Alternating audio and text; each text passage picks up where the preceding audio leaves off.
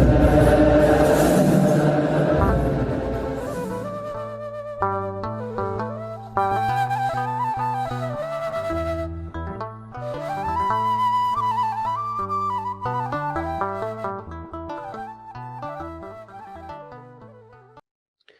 the name of the Father, and of the Son, and of the Holy Spirit, one God, Amen. بسم آبن ولدن منفس قدسن حد أملاخ Amen. حراي نلومي النريو أقاطامي مستيناي رابعة عامت زخري سماعت أبونا أنطونيوس تبل نشتوي كابتي مصحف قدس إنا كيدينا كاب النريو كاب ምሳሌ ምዕራፍ 4 ፈቅዲ 18 ኣትኸውን መገዲ ጻድቃን ከምታ እተብርህ ፀሓይ ኩሉ ግዜ ብሩሃት ኮይኖም ከምታ ምልእቲ መዓልቲ እዩ ዝርአ ንዝብልና ከርኢና ማለት ነው። እዚ ቃል እዚ ገዳሲ ዝኾነና እቲ ምብራህ ከም ፀሓይን ከምቲ ናይ ንግሆ መብራህቲ ማለት እዩ። ስለዚ ለዚኣ ኣነምፃ ዘገደደና ምስተቃሉ ናይ ሰማዕት እንጠንዮስ እንበለ ደም ንምዝካር ንዝኣክልን ማለት እዩ። እዚ ማለት እንታይ እዩ? እቲ ጸልማት ተሳዒሩ እቲ ብርሃን ዝኾነሉን ማለት እዩ። እንተሕሪእናዮ ኣብቲ ሙሉእ ፀሓይ ወይ ድማ ሙሉእ ብርሃን እንድሕር ተባሂሉ ጽላሎት ናብ መሬት ዘይወድቐሉን ማለት እዩ። ስለዚ እቲ ግብሪ ጻድቃን ስራሕ ጻድቃን ከዓ ብኸምኡ መገዲ እዩ ዝበርህን ማለት እዩ። ስለዚ እምበኣር ኣቡነ እንጦንዮስ ሰማዕት እንበለ ደም ከምታ ናይ ንግሆ ፀሓይ ካብ ንእስነቶም እዮም ዘብርሁ ዝነበሩ። ካብ ንእስነቶም ናብ ገዳም ብምኻድ ኣብ ገዳም ብኩሉ እቲ ስነ ምግባር ብኩሉ እቲ መንፈሳዊ ተኾስኪሶም ብፀጋን ብክብርን ከም ዝዓበዩ ኢና እንርእን ማለት እዩ። ስለዚ እቲ ጻድቕ ወይ ድማ ጽድቂ ጻድቕ ማለት እንታይ ማለት እዩ? ናብ ኣምላኽ ዝጥምት ከየቋረፀ ናብ ኣምላኽ ዘመስግን ናብ ኣምላኽ ዝፅውዕ። ሰማዕት እንጦንዮስ ድማ ካብ ንእስነቶም ጀሚሮም ናብ ኣምላኽ እንዳጸለዩ ናብ ኣምላኽ እንዳለመኑ ናብ ኣምላኽ ኣዝዮም ብትብዓትን ብንቕሓትን ካብ ንእስነቶም ዝነበሩ ኣቦኦም ማለት እዩ። ኣቡነ እንጦንዮስ ሰማዕት እንበለ ደም ካብ ንእስነቶም ኣትሒዞም ኣብቲ እምነቶም ኣብ ኣምላኽ ነበረ። መሰረቱ ኣብቲ ቃል ኣምላኽ ከዓ ነበረ። ኣብ ኣምላኽን ኣብ ቃል ኣምላኽን ዝተሰረተ ነበረ ማለት እዩ። ዳሕራይቲ ናይ መወዳእታ እዚ ኩሉ ፈተና ክመፅእ ከሎ እውን ብእኡ መገዲኦም ክፀርዎ ዝኽኣሉን ማለት እዩ።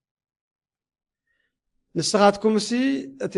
ኣብ መዝሙር ዳዊት እንታይ ኢሉ ኣሎ? ምዕራፍ 18 ፍቅዲ 28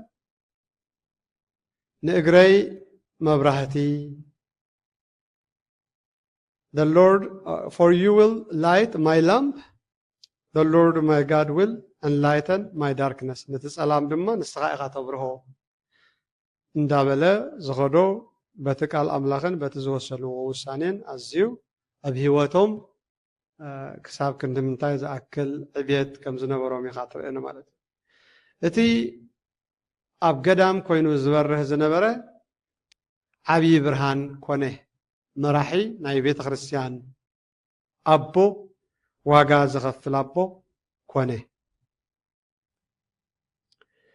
እምበኣር እቲ ናይ ንግሆ ብርሃን ወይ ድማ እቲ ፀሓይ መዓልቲ ተባሂሉ ዝተፀውዐ እታ ንጽሕቲ ዝኾነት መንፈሳዊ ህይወቶም ትኸውን ማለት እዩ። ኣብዚ ንሪአን እታ ሻይንስ ኤቨር እንዳደመቐት ትኸይድ ዝበለት እቲ ህይወቶም ካብታ ናይ ንእስነት ናብ ገዳም ኣትሒዛ እንዳዓበዩ ምስከዱ ክሳብቲ ናብ ፈተና ዝኣትውን ዝወድቁን እውን ወይ ድማ ኣብ ኢድ እቶም ዝኣስርዎምን ክሳብ ዝወድቁ ክሳብ መወዳእታ ህይወቶም ከዓ እታ ህይወት እቲኣ እንዳደመቐት እያ ኸይዳ ማለት እቲ ሓደ መቕፃዕቲ እቲ ስቃይ መቕፃዕቲ ኣይኮነን ይብል ብናይ ቅዱስ ጽሑፍ። እንታይ ደኣ ንሱ ንእምነትና ነቲ ጽኑዕ እምነት መፈተኒ ዝኸውን ብኡ ተፈቲና ንሓልፈሉ መገዲ ይኸውን ማለት እታ ብርሃን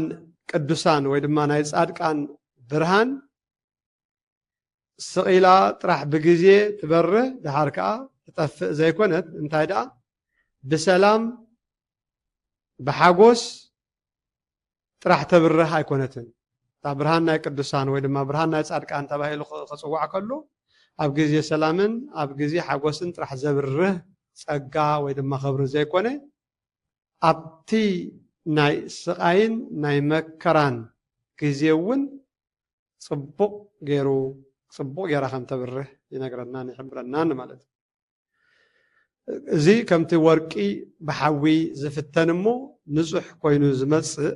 እታ እምነት ድማ እምነት ናይ ቅዱሳን ወይ ድማ እምነት ናይ ጻድቃን ድማ በሪሃን ተቆሊዓን ትመጽእ በቲ ፈተና ክትሓልፍ ማለት እዩ ሓደ ኣብነት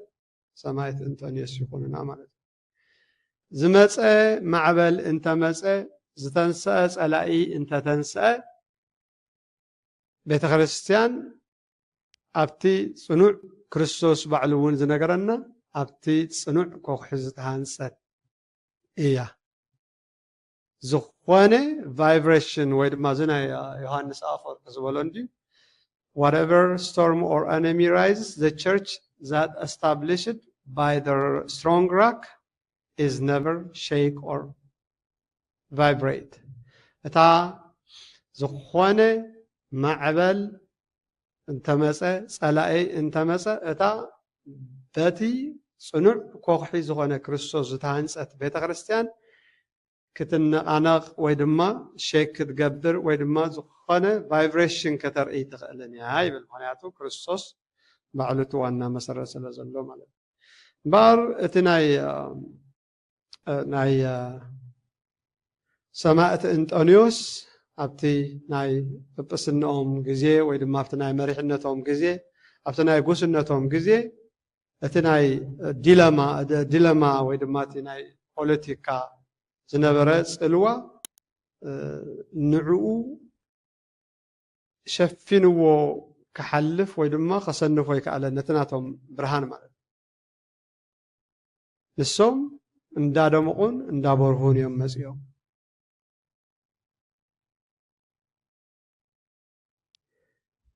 እዚ እቲ መንግስቲ ኢዱ ኣብ ቤተ ክርስቲያን ከእቱ ምስ ጀመረ ቅድስንኦም ብዓብዪ ድምፂ ዝመለስሉ መልሲ ኖ እያ ነይራ ናብ ቤተ ክርስቲያን ኢድካ ይተእቱ እቲ ብርሃኖም ናብ ኩሉ ዓለም በርሀ ኖ ምስ ተባሃለ ኣብኣታ ዓቢጣ ክትተርፍ ትኽእል ነይራ ግን ናብ ዓለም ሙሉእ ወፀ ናብ ዓለም ሙሉእ ቦልድ ኮይኑ ወይ ድማ ደሚቁ ወፀ እቲ ሓቂ ብዝተዛረብሉ ግዜ እቲ መከራ እንዳገደደ እንዳበዝሐ እኳ እንተኸደ እቲ መከራ እንዳበዝሐ ምስ ከደ ከዓኒ እቲ መንፈሳዊ ክብሮም እቲ መብራህቲ ምክንያቱ ኣቀድም ኣቢልና ክርስቶስ እምነቶም ኣብ ክርስቶስ ኣብ ቃል ክርስቶስ ዝተመስረተ እምነት ስለ ዝነበሮም እንዳበርሀን እንዳደመቐን ከደን ማለት እዩ ብርሃንኩም እዚ ናይ ማቴዎስ ምዕራፍ 5 ምዕራፍ 16 ዘሎ እንድሕር ርኢናዮ ብርሃንኩም ኣብ ቅድሚ ህዝቢ ይብራህ ነቲ ናትኩም ብርሃን ሪኦም ነቲ ጽቡቕ ግብርኩም ሪኦም ንኣምላኽ ሰማይ ወይ ድማ ነቲ ኣብ ሰማይ ዘሎ ኣቦኹም ከመስግኑ እዮም ይብል ማለት እዩ ስለዚ ሰማዕት እንጦንዮስ ድማ ነዚ ነገር እዚኦም ነዚ ቃል እዚኦም ፈፂሞም 16 ዓመት ኣብ እስር ቤት ብዘይ ዝኾነ ፍርዲ ዝጸንሕዎ እታ መብራህቲ ካብታ ባክያር ናይ ቤተ ክርስቲያን ወይ ድማ ካብ ቀጽሪ ቤተ ክርስቲያን ወፂኡ ናብ መላእ ዓለም ተዘርግሐ ሕጂ እቲ ዓብዪ ከም ኣብነት ጌርና ክንወስዶ ዘለና ማለት እዩ ናብቲ ሙሉእ መዓልቲ ወይ ድማ ናብታ ክሳብ ፍጹም መዓልቲ ትብል እቲ ብርሃን በርሀ ክሳብ ፍጹም መዓልቲ ማለት እታ ፀሓይ ፍርቂ መዓልቲ እታ ፍርቂ መዓልቲ እንድሕር ኮይናት እታ ፀላሎት ክንሪኣ ንኽእል እታ ፀላሎት ንየማን ንፀጋመይ ትወድቕ ናይ ምውዳቕ ናይ ፀላሎት እንድሕር ኮይኑሎ ናብ ኣጋምሸት ኮይኑሎ ይኸይደሎ ማለት እዩ ስለዚ ከም ምሉእ መዓልቲ ግን እታ ብርሃን ናይ ሰማይ እንጦንዮስ ካውፅ መብራህቲ ብዘይ እቲ ላይት ዊዝኣውት ሻዶው ኢና ንብል ዘለና መብራህቲ ብዘይ ፅላሎት ኢና ንብል ዘለና እቲ ኣብ ናይ ቅዱሳን ወይ ድማ እታ ናይ ቅዱሳን መዓልቲ ትብል እታ ፐርፌክት ደይ ናይ ቅዱሳን ትበሃል In the life of saints, perfect day is the time that they departed from the world and start living with Christ. Ta perfect day ወይ ድማ ፍጽምቲ መዓልቲ ናይ ቅዱሳን ትበሃል ናይ ጻድቃን ትበሃል ህይወቶም ናብ እቲ ፈጣሪኦምን ደኳኒኦምን ክትምለስ ከላ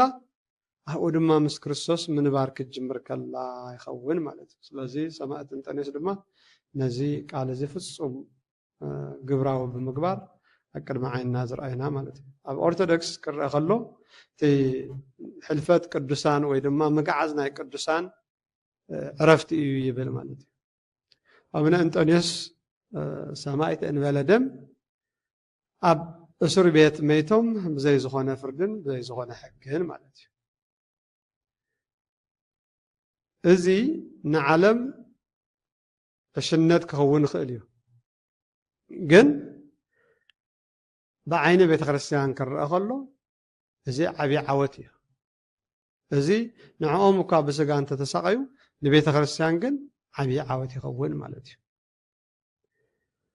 ምክንያቱ ኣነ ቃልሰይ ወዲኤ ሰናይ ገድሊ ድማ ተጋድለ ገድለይ ወዲኤ እቲ ጉያ ድማ ወዲኤ ሰናይ ገድሊ ተጋዲለ እቲ ጉያ ወዲኤ ነታ እምነት ከዓ ዓቂበየ ዝበሎ ሐዋርያ ቅዱስ ጳውሎስ ናብ ጢሞቴዎስ ወዱ ካልኣይ ጢሞቴዎስ ምዕራፍ 4:7 ዘሎ ክንርኢ ንኽእል ኢና ሰናይ ገድሊ ተጋደልኩ እንዳበለ ዘምፅኦ ማለት እዩ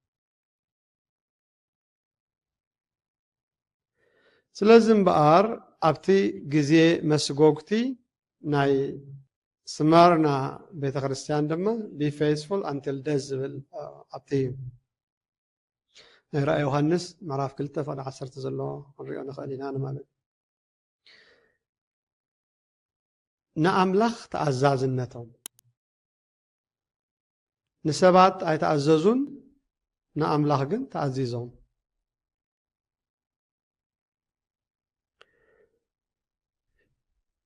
ንቃል ኣምላኽ እወ ናይ መራሕትን ናይ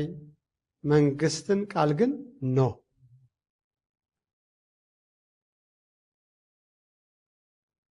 እዚ እቲ ሓቀኛ ወይ ድማ ተፍጹም ምስክር ነቲ a perfect witness who is not unconscious እዚ እቲ not thinking what is right ዝብል ምክንያቱ እቲ ናይ ሰማዕት እንጦንዮስ ዝገበርዎ ምስክርነት ቅኑዕ ብቑዕ ንቃል ኣምላኽ ተኣዛዚ መራሒ ቤተ ክርስቲያን ዝነበሩ ኣቦ ስለ ዝኾኑ ብኡ ቢልና ሕጂ በቃ ንርስዖም ወይ ድማ ተረሲዖም ማለት ኣይኮነን ማለት እዩ እቲ ኣካሎም ኣብ እስር ቤት እኳ እንተነበረ እቲ ናቶም ለገሲ ወይ ድማ እቲ ናቶም ጽቡቕ ነገር እቲ ናቶም ሰናይ ነገር ዝገብርዎን ዝበልዎን ዝተዛረብዎን ግን ኣእምሮኦም ግን ሕልንኦም ነፃ ነይሩ ምንም ብግዜ ብሰዓት ብደቂቕ ክትቆፃፀርዎ ኣይከኣሉን ሕልንኦም ክሳብ መወዳእታ ዝኸዱ ንጹህ ነበረ ስለዚ ነዚ ንጹህ ዝኾነ ሕልና ነቲ ኣካላት ኣብ እስር ቤት ነይሩ እዩ ግን ነቲ ሕልና ግን ኣይተኣስረን ነይሩን ማለት እዩ ምክንያቱ ብቃል ኣምላኽን ብመንፈስ ኣምላኽን ይሳነይ ስለ ዝነበረ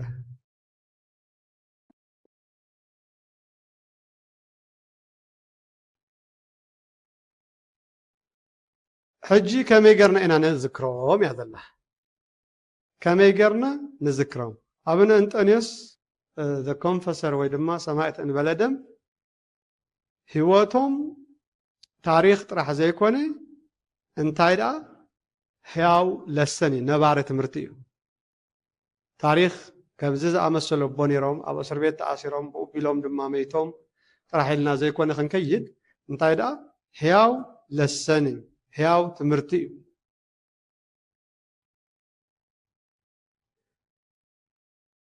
كمت عند حقي كمتي عندي حقي بحاسوتن بخدعاتن بتنكولن زتشفنن زملأن قدسنا ناي أبونا أنطونيوس سمايت أزيو اتي a profound legacy قد يفلنا بغمزينا خنذكرهم نخ سايلنا طرح نيروم تأسيروم هذا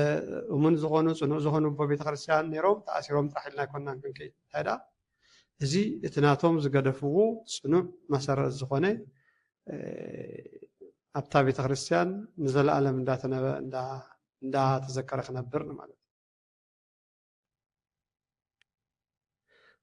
قال اتي حقنت استسكمه خبيد واقع زخفلوه عوتي ندا ذكرنا يخن كي خنبر زيناتنا قبو قديتنا يغون نتحقي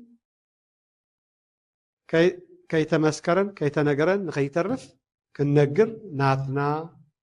قدا يخون نحنا ندحر زي وصينا يحق ندحر زي قرنا تزقدفلنا تزنقرنا تزمهرنا واقع كم زي بلو خوني مالتي قلنا نحنا نتحقي كنمسكرن كنقرن يقبلنا مالتي صلاتهم بركاتهم ناي بيت خريستيان إرترا كم باترياريك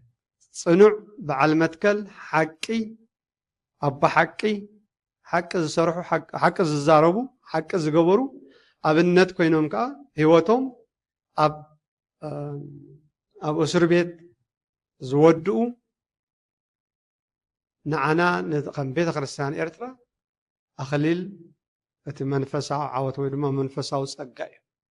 نسوم كامنم بسقوم أنت سساقيو حلنوهم جن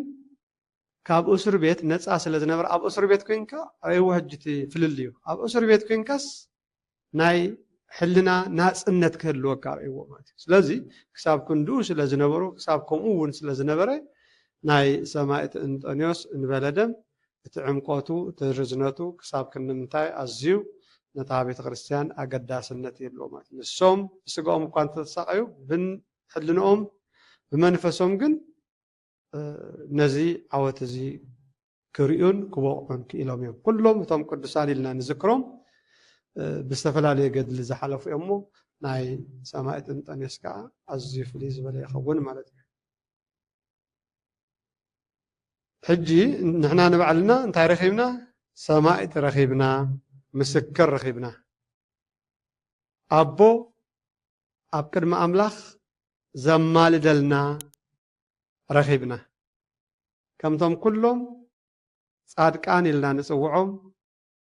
أبعدنا حدا ناي زمننا صادق ناي زمننا مسكر سمع أكر ما أملاخ كوينهم ناب أملاخ كسولي لنا زخلو أبو رخيبنا بزنا قرز خان ذكرهم نمالد هجي كالي كمي قرنا خم نذكرهم اتناتهم زنقرونا اتناتهم كله زرعينا ندا ذكرنا إذا برهان زي نو كاولودو ناولودو ندا بره خبره ندا نصبارق خنصبارق اندحر كوينو ناتهم تاريخ نابدقنا بمتحللاف أبو سماي مسكر حق الزاربو أب أسر بيت أكلهم تأثيرو منفسهم حلنا أمن جن ምስ እግዚአብሔር ዝራኸብ ዝነበረ ጻድቕ ኣቦ ኣለውና ሓሊፎም እንዳበልና ንደቅና ብምዝንታው ይኸውን ማለት እቲ ንሶም ክነቃነቕ ዘይኽእል ጽንዓቶምን ትብዓቶምን ስሞም እውን ኣብ ቅዳሴ እንዳጸዋዕና እንዳዘከርና ከማልዱልና ናብ ኣምላኽ ከማልዱልና እንገብሮን ማለት ከምቲ ዝተባህለ እታ መገዲ ጻድቃን ወይ ድማ ናይ ቅዱሳን መገዲ በሪሃን ደሚቃን ትርአ ዝተባህለ ስም ናይ ኣቡነ እንጦንዮስ ድማ እንዳወሰኸ ካብ ግዜ ናብ ግዜ እንዳተገልጸ ዝመጸ እቲ ዝሓለፍዎ ስቃይን እቲ ዝሓለፍዎ ሽግርን ንድሕሪት ገዲፍካ እቲ ዝበጽሕዎ ደረጃ ከዓ ንቅድሚት ብርሃን ዝኾኑ ኣቦ ናይ ቤተ ክርስቲያን ኤርትራ ሓሊፎም ስለዚ በዚ መገዲ እዚ ክንዝክሮም ንኽእል ኢና እቲ ጸላእቶም ክሓልፊኦም ዝሓለፉ እውን ክህሉ እዮም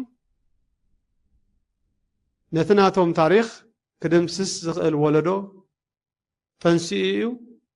ብሕጂ እውን ክተንስእ ይኽእል እዩ እንተኾነ ግን ሓቂ ከምቲ ዝበሃል መገዲ ሓቂ በትሪ ሓቂ ትቐጥል እምበር ኣይትስበርን ኢሎም ዝምስሉ ወለድና እዚ ሓቂ እዚኣ ኣንፀባሪቓ ትወፀሉ ከምቲ ብርሃን መዓልቲ ኮይና ትወፀሉ ግዜን ሰዓትን ናይ ኩሉና እንገብሮ ኣስተዋፅኦ ይህሉ ማለት እዩ ስለዚ እግዚኣብሔር ብዓብዩ ነቲ ደረጃን ነዚ ክብርን ኣብቅዕዎም እዩ ንሕና ድማ ዘለኣለም እንዳዘከርናዮም ክንነብር እንድሕር ኮይንና ብኡ መገዲ ኢና ክንከይድ ማለት እዩ ጸሎቶምን በረኸቶምን ምስ ኩልና ይኹን ስለዚ እዚ ዕለት ኣገዳስን ኣዝዩ ኣብ ሂወትና ኣብ ሂወት ቤተ ክርስቲያንና ኣብ ሂወት ደቅና ኣዝዩ ኣገዳሲ ከም ዝኾነ እንዳዘከርናን እንዳሓሰብናን እንዳረኣናን ኢና ነዞም ቅዱስ ኣቦ ክንዝክሮም ዝግባአና ከም ቤተ ክርስቲያን ኤርትራ ድማ ኣብ ቅድሚ ኣምላኽ ከማልዱልና ዝኽእሉ ኣቦ ኣብ ዘመንና ብዓይንና እንዳረኣናዮም ናይ ዘመንና ሰማዕት ኢልና ኢና እንዝክሮም ዝግባአና ስለዚ በረኸቶምን ረድኤቶምን ምስ ኩልና ይኹን ንዘለኣለም ዓለም ኣሜን